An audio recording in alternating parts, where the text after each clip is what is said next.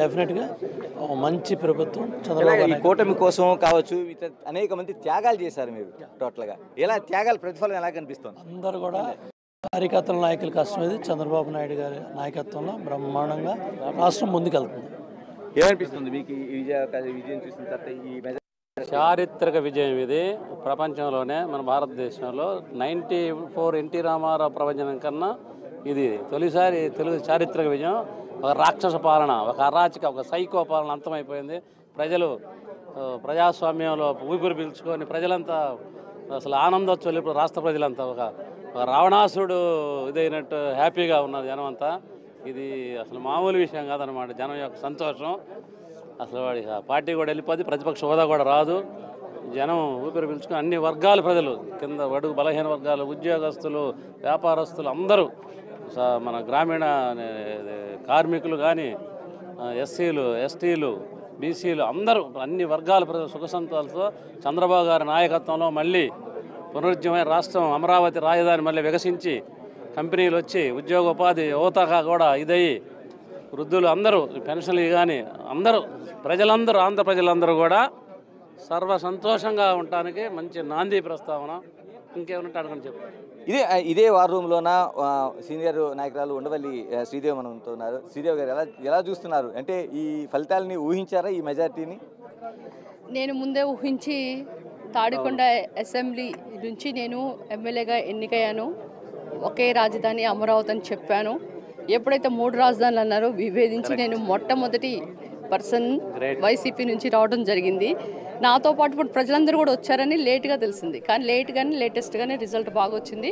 ఎందుకంటే నేను కొంచెం చదువుకునే దానికన్నా ముందు వచ్చాను.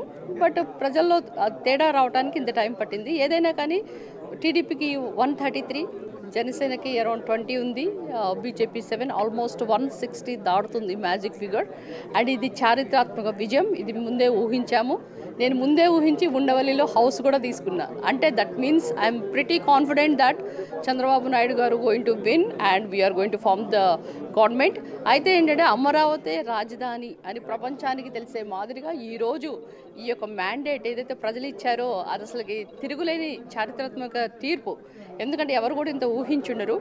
ఎందుకంటే బాహుబలి సినిమాలో మహిష్మతిని బలాల దేవుడు దాన్ని నాశనం చేస్తున్నప్పుడు బాహుబలి వచ్చి రక్షించడానికి వస్తాడు. అదే మాదిరిగా అమరావతిని రక్షించడానికి, అమరావతి అభివృద్ధికి చంద్రబాబు నాయుడు గారు ఈరోజు వచ్చారు. కనుక అమరావతి ఊపిరి పీల్చుకో చంద్రబాబు నాయుడు గారు అభివృద్ధి చేస్తారు. అంతేకాకుండా పరిశ్రమలు వస్తాయి.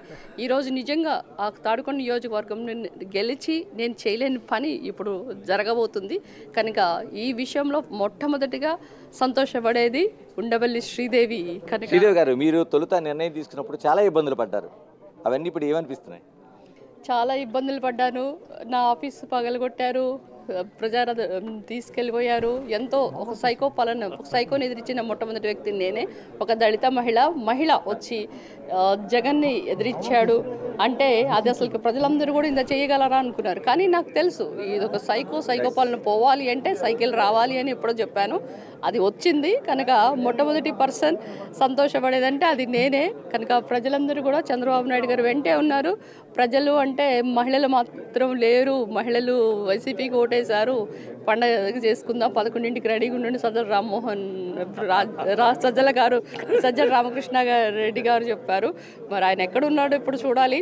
ఎందుకంటే ఒక నియంత పాలన, యూటర్న్ బదులు జేటర్న్ తీసుకున్నాడు.